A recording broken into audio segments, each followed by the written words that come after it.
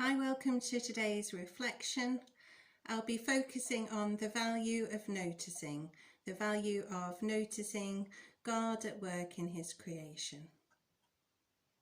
Our reading today is from Colossians chapter 1 verses 15, and we'll be concentrating on verses 15 to 23.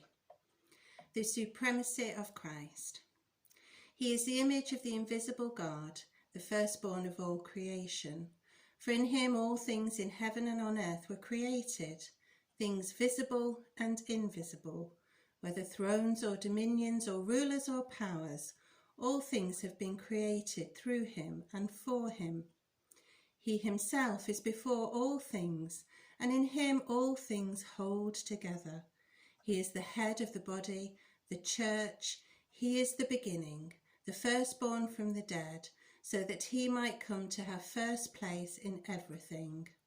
For in him all the fullness of God was pleased to dwell, and through him God was pleased to reconcile himself all things, whether on earth or in heaven, by making peace through the blood of his cross.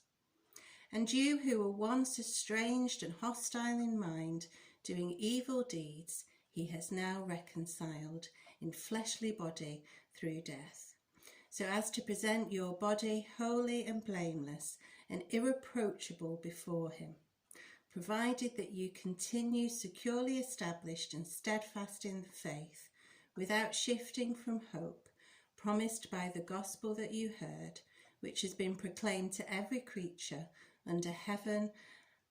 I, Paul, became a servant of this gospel. What I was struck by here was this sense of the visible and the invisible world, and particularly the visible. We're caught in a season where we're seeing nature thrive. I look out of my window and I see the magnolia trees starting to bloom.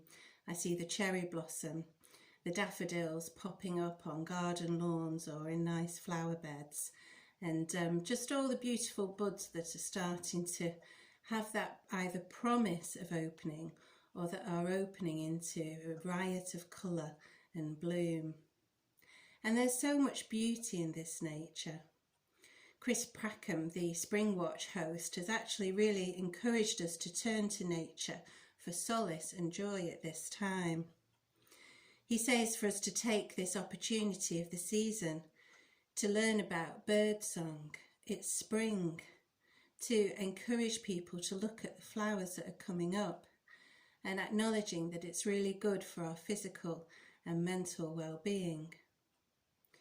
Recently, the world has seen swans gliding in the canals of Venice. People have been able to see the Himalayas from 120 miles away that haven't been seen for 30 years in the area of the Punjab. And there's so much difference. In China, people are reporting that they can see so much more where there was once smog. Nature has set the reset button. And it's really valuable to notice this world around us, this world that the Creator God has made for our enjoyment and pleasure.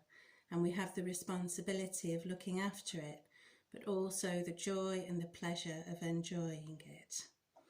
And looking at nature gives us a chance to give glory back to God for its beauty and accept it as a special gift from God that it is. And a God who is pleased not only to give us this joy of nature, but also, as our passage today says, a God who is pleased to reconcile us to all things and who works all things together. So next time you look out of the window or you see something that inspires you in nature, think on God and the joy that he longs to bring to our lives. I hope you are all well, and I hope to see you soon.